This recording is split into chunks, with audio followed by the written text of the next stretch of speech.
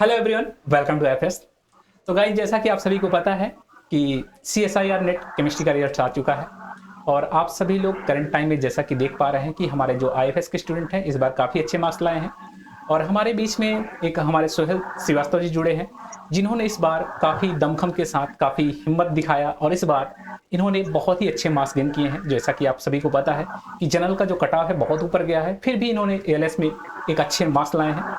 तो चलिए इनके बारे में हम लोग जानते हैं, थोड़ा सा इनके इंट्रोडक्शन के बारे में जानते हैं, थोड़ा सा हम इनके बारे में डिटेल में जानने की कोशिश करते हैं कि इन्होंने किस तरीके से स्ट्रेटजी बनाई और किस तरीके से पढ़ाई की। तो चलिए फर्स्ट ऑफ ऑल सोहेल जी का यहाँ पे हमारे IFS के इस प्लेटफॉर्म पर स्वागत है। तो चलिए सोहेल जी, थोड़ा सा अपने बारे में बताइए। जी सर, तो बिल्कुल सर। तो जैसे कि सर, मेरा नाम तो सोहेल श्रीवास्तव है सर और मैं गोरखपुर उत्तर प्रदेश का रहने वाला हूँ सर। मैंने मास्टर्स तो सर यही DDU गोरखपुर यूनिवर्सिटी से किया। उसके बाद सर जैसे शुरू में तो सर ये मन नहीं था कि मतलब मुझे जो है CSIR नेट वगैरह देना है, क्योंकि सर जान कोविड के बाद जो थोड़ा सा आदमी डाइवर्ट हो जाता है, तो वो फेजेस चले कुछ लाइफ के। फिर इसका मैंने सोचा कि नहीं, ठीक है, हमको वापस से फिर फोकस करना चाहिए और मतलब JRF भी देना चाहिए, क्योंकि सर आगे डॉक्टर लगना बहुत बहुत बड़ी बात है। अब मतलब वो एक प्राउड की फीलिंग है सर। तो फिर मैंने वही सोचा सर। तो लास्ट 2 अटेम्प्ट्स मैंने किए सर, तो दोनों बार मेरा ILS हुआ, तो सेटिस्फेक्शन नहीं हुआ सर, क्योंकि JRF की एक मतलब एक अलग ही सर प्रेस्टिजियस पोजीशन है सर, जब नाम क्या JRF लग जाता है। तो इस बार सर मैंने दिया सर, काफी मेहनत की सर। मतलब स्ट्रेटजी के बारे में अभी आपको बताता हूँ सर। मेहनत किया पर सर 117 नंबर आए सर मेरे। फिलहाल सर कट ऑफ 118 किया था। थोड़ा सा तो सर दुख है सर, लेकिन ऑल इंडिया रैंक 5 है सर, पर LS में क्या मतलब सर। चलिए, वो अगर JRF में होता तो मजा लेता सर। कोई बात नहीं, आपने 3 बार लगातार ALS निकाला है, ये भी अपने आप में एक बड़ी अचीवमेंट कहलाती है, क्योंकि काफ़ी लोग तो ALS भी नहीं कर पा रहे हैं करंट टाइम में, क्योंकि कट ऑफ इतना ज़्यादा जा रहा है। चलिए, बहुत अच्छी बात है। तो आप तीसरी बार आप अटेम्प्ट दे रहे थे एग्जाम, तो आपको कैसा फील हो रहा था कि इस बार भी हमारा इस बार JRF हो जाएगा या LS भी रह गया? ऐसा कुछ महसूस हुआ था पहले ही? सर मैं तो टॉप 10 में सोच रहा था। अरे वाह, क्या टॉप 10 में आऊंगा। वहां पर सर कुछ सिली मिस्टेक सर मेरी हो सकता है सर, थोड़ा सा लेसन प्लानिंग में कहीं ना कहीं चूक हो गया हो, या कहीं मैं रिवीजन ना किया हूँ थोड़ी कुछ चीजों के बारे में, और थोड़ी सिली मिस्टेक्स है सर, जिस वजह से मुझे लगता है सर कि थोड़ा सा मेरे मार्क्स सर रह गए कम। और जहां तक बात है सर सेक्शन C, तो सर मैंने काफी सही किया था। सेक्शन C में सर लगभग मेरे 21 सही है। क्या बात है, फिर तो बहुत लेकिन अच्छे थे। हाँ, लेकिन सर सेक्शन D में कहीं ना कहीं सर थोड़ा सा ट्रिकी था सेक्शन D, और वहां सर कोई सिली मिस्टेक जिस वजह से मुझे लगता है कि मेरे मार्क्स ड्रॉप हो गए सर। नहीं तो कुछ तो सर और अच्छा होता तो मजा आ जाता था। तो इसके पहले आपने 2 बार नेट क्वालिफाई किया था, तो उसमें कितने मार्क्स थे आपके?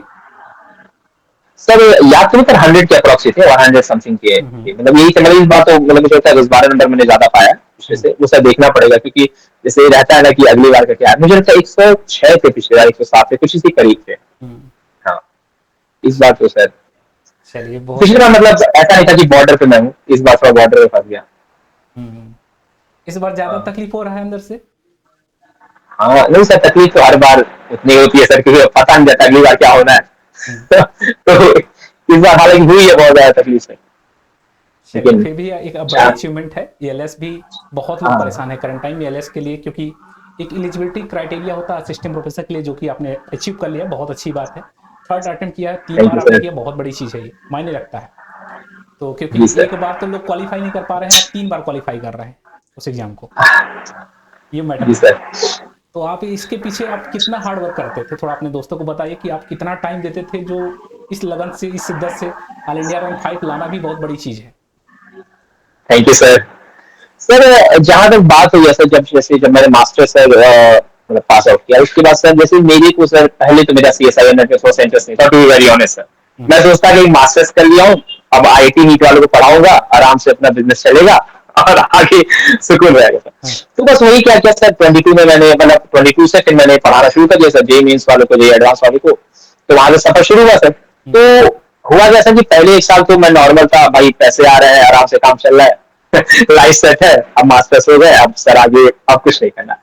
लेकिन सर हुआ क्या ना कि एक बार बस ऐसे ही मैं पढ़ा रहा था, तो सर देखिए जैसे क्या होता है कि भले आप सारे क्वेश्चंस लगा ले, पर एक जो बच्चे होते हैं उनके दिमाग में माइंडसेट रहता है कि अरे सर ने खुद IIT से नहीं किया है, सर ने खुद IIT नहीं निकाला है, और सर हमें पढ़ा रहे हैं, सारे क्वेश्चंस करा रहे हैं। तो वो कहीं सर मुझे स्ट्राइक किया मेरे माइंड में कि नहीं यार, अपने नाम के आगे जो है एक बार आईटी का टैग थोड़ा जरूरी है सर। बिल्कुल और दो आप कितने भी एलिजिबल रहे सर, एक बार आईटी का टैग लग जाता है तो फिर लोग आपको एक अलग ही नजरिए से देखने लगते हैं सर। तो बिल्कुल बस सर वही जुनून था, मैं सोचा कि यार जब बच्चों का करवा सकते हैं तो अपना भी तो कर सकते हैं। बिल्कुल सही बात। फिर क्या सर, फिर मैंने सोचा कि जो है इस बार जो है थोड़ा फोकस रहना है। तो सर 2 बार अटेम्प्ट किया, पर क्या हुआ कि सर पढ़ाते पढ़ाते देखिए सर पॉसिबल नहीं हो पाता, क्योंकि उनका सिलेबस देखना है, फिर अपना सिलेबस देखना है, तो कहीं ना कहीं सर थोड़ी सी प्रिपरेशन में कमी रह जाती है।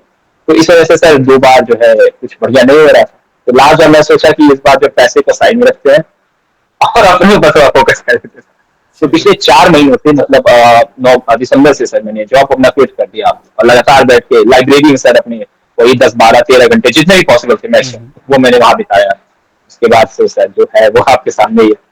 चलिए, बहुत अच्छी बात है। कम से कम आपको ये अंदर से महसूस हो रहा है कि हमने, आपको खुशी नहीं हो रही क्या इस बात की कि आपने एलएस में इतने अच्छे मार्क्स गेन किए हैं?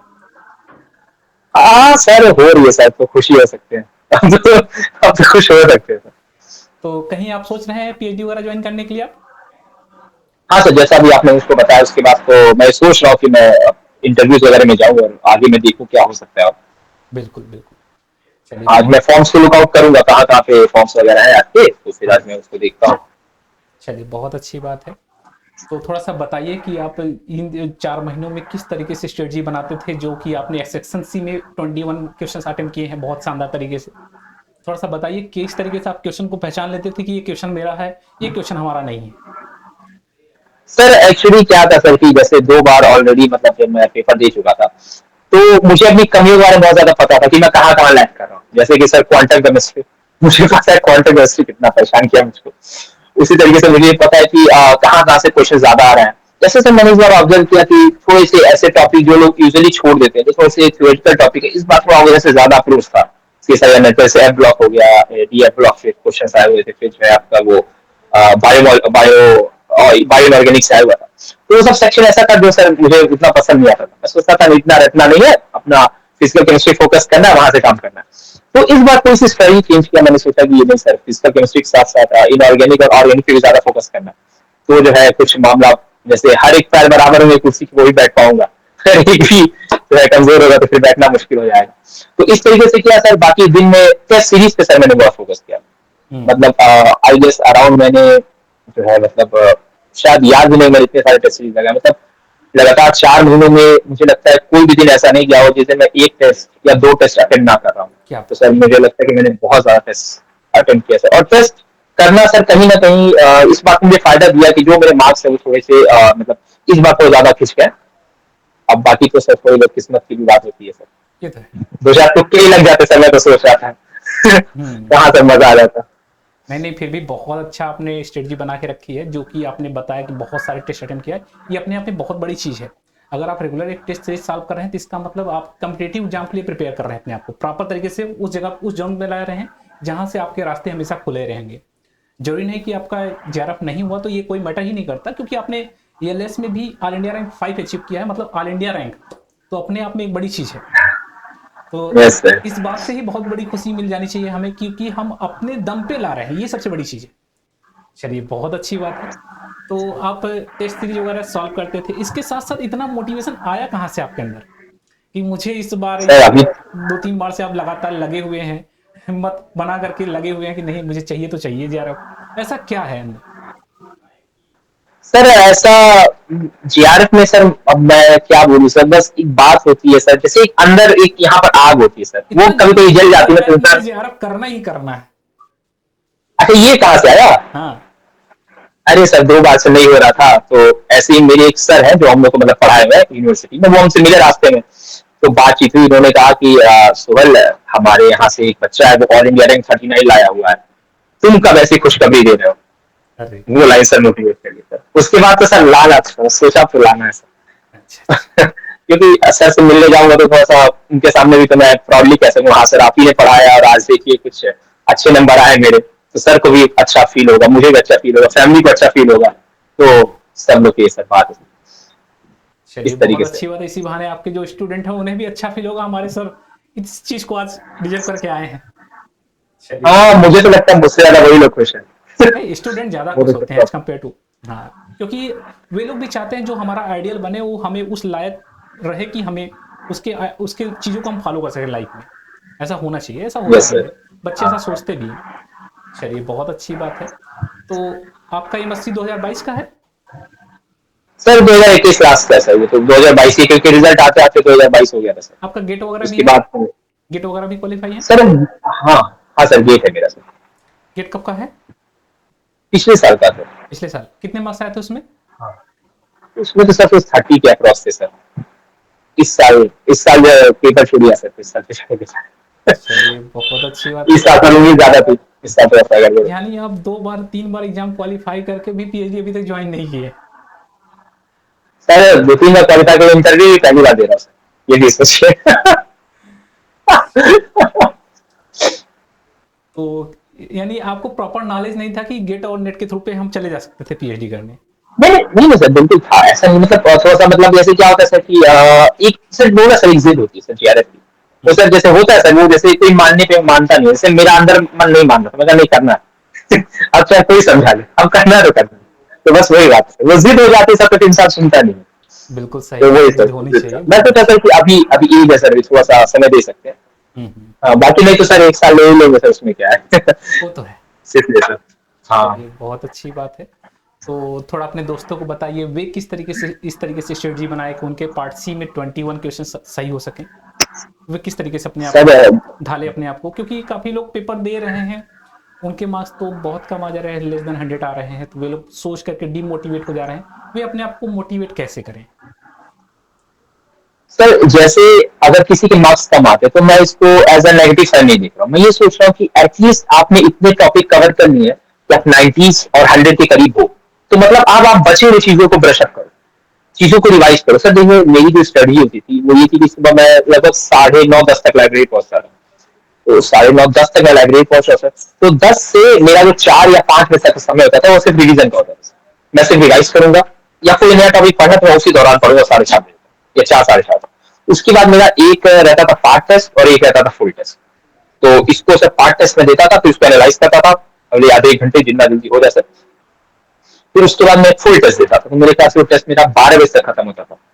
तो 12 से मतलब वही 1-2 बजे तक उसको मिलाता था, फिर वापस घर आता था, घर जाकर सो जाता था, फिर वापस से 9 बजे उठता था, लाइब्रेरी चला जाता था। तो हफ्ते में 6 दिन तो मैं रूटीन फॉलो करता था, और एक दिन संडे सर वो तो पर्सनल अपना मतलब उस दिन तो कुछ रूटीन नहीं रहता था, उस दिन ऑफ रहता था, वीक ऑफ लेता था कि 6 दिन जो है पढ़ लिया और एक दिन जो ऑफ रखता। और जहां तक सर मैंने रिसोर्सेज क्या क्या यूज किए, तो सर मैंने मतलब आईपीएस में सर पूरी बुकलेट ली थी सर, मतलब पिछले साल लिया था मैंने सेकंड एडिशन उसका। और उसके बाद जो है मैंने मतलब टेस्ट सीरीज का था, और लेक्चर्स वगैरह अगर कुछ फंसता था सर तो यूट्यूब से देख लेता था। बाकी और उसके बाद ये मतलब टेस्ट सीरीज मैंने बस लिया था सर, बाकी तो और कुछ नहीं मैं ऐड ऑन किया।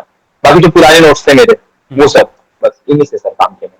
चलिए बहुत अच्छी बात है। साथ साथ में आप बुक भी स्टडी करते हैं, बुक भी पढ़ते हैं? हाँ सर बुक तो पढ़ता हूँ, लेकिन सर जैसे क्या होता है जब आप कॉम्पिटिटिव स्टडी कर रहे होते हैं तो बुक पढ़ने का उतना समय नहीं मिलता सर, क्योंकि फिर आपको फोकस रहना पड़ता है ना सर कि आप कहाँ से समरी पाते हो। सर समरी मुझे लगता है सर आईपीएस में काफी बेटर दिया हुआ है, वो समराइज करके चीजों को दिया गया सर, तो मुझे नहीं लगता कि फिर मुझे दूसरा बुक उस समय देखना चाहिए। उसके अलावा तो सर पढ़ने के लिए बहुत है सर, वो तो सब पढ़ सकते हैं, और उस समय तो सर रिस्क नहीं ले सकते ना सर, 2 अटेम्प्ट ऑलरेडी हो चुके थे। मैं सोचा कि क्या ही रिस्क लिया, जो पका पकाया आप लोगों ने दिया उस पर फोकस करते थे। बिल्कुल सही बात है। काफ़ी बच्चे जरफ भी हुए हैं।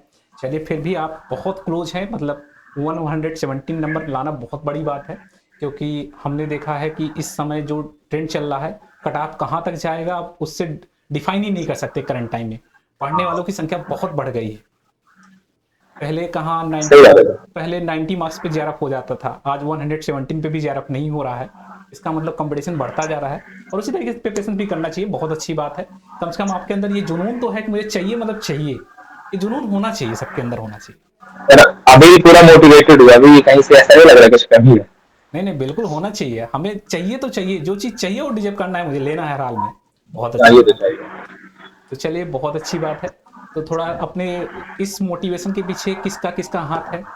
क्या आपके कोई चाहने वाले हैं जिसकी वजह से आपके अंदर इतना मोटिवेशन है?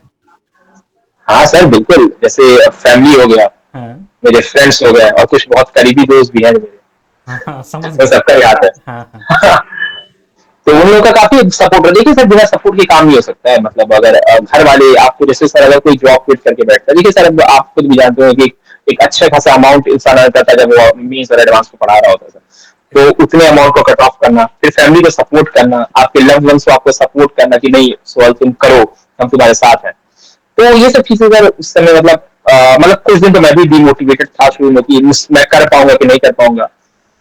तो पर मैंने सर सुल्तान मूवी देखी सर, उसमें बोला था ना कि अरे मैंने जो है कुश्ती छोड़ी है, लड़ना नहीं भूला। वही बस वही एक लाइन ऐसे क्या सर मैंने ही सोचा कि बहुत सर अच्छी बात है। करना है तो करना। ऐसे सब सारे लोगों ने सपोर्ट किया सर। थोड़े जो फाइनेंशियल प्रॉब्लम्स आए सर एक दो महीने, हम्म। पर फिर सोचा अब यही डेस्टिनी है मेरी, तो इसको फॉलो करते हैं सर और कुछ अच्छा अचीव करते हैं। बहुत अच्छी है। तो जॉब के साथ आप कैसे मैनेज करते थे? आपने इसके पहले भी 2 अटेम्प्ट क्वालीफाई किया, तो जॉब के साथ मैनेज कैसे किया कि जॉब भी प्लस ये साथ में पढ़ना, तो हेक्टिक नहीं हो जाता था आपको पढ़ते वक़्त? प्रेशर नहीं आता सर था? बहुत हेक्टिक होता था, बहुत हेक्टिक होता था। जैसे मैं सुबह मान लीजिए सुबह मैं 10 बजे जॉब पे जा रहा हूँ, मैं 3 बजे आ रहा हूँ, 3 साढ़े 3 बजे से। तो फिर उसके बाद एक दो घंटे से आराम करता था, फिर 6 बजे से लाइब्रेरी जाता था, 6 से 10:30 11 12 जब तक हो पाए सर तब तक लाइब्रेरी बैठता था। बस अब एक ही चीज रहता था कि देखिए अगर आप जो है दो दो काम कर सकते हैं कि आइदर यू इवॉल्व और यू पेरिश। बस सिंपल सी बात है, या तो इवॉल्व करो या पेरिश हो जाओ। वैसे ही सर कंपटीशन बढ़ता जा रहा है, हर साल मैं देख रहा हूँ कि कट ऑफ बढ़ता जा रहा है। तो अगर नए नए कॉम्पिटिशन आ रहे हैं तो उनके सामने अगर मुझे रेलेवेंट रहना है तो मुझे सर अपने आप को प्रेशर करना पड़ेगा। तभी लोग मुझे देख के मोटिवेट होंगे कि नहीं भैया या सर ये आज मुझसे इतने हैं बड़े हैं लेकिन फिर भी इतने मोटिवेटेड रहते हैं, तो हम इतने यंग होके क्यों ना रहे। बस यही एक पैरामीटर है सर जो मैं मानता हूँ कि चलिए बहुत अच्छी बेटर बात बना है। बाकी लोगों बहुत अच्छी बात है। काफ़ी अच्छा लगा मुझे आपसे बात करके।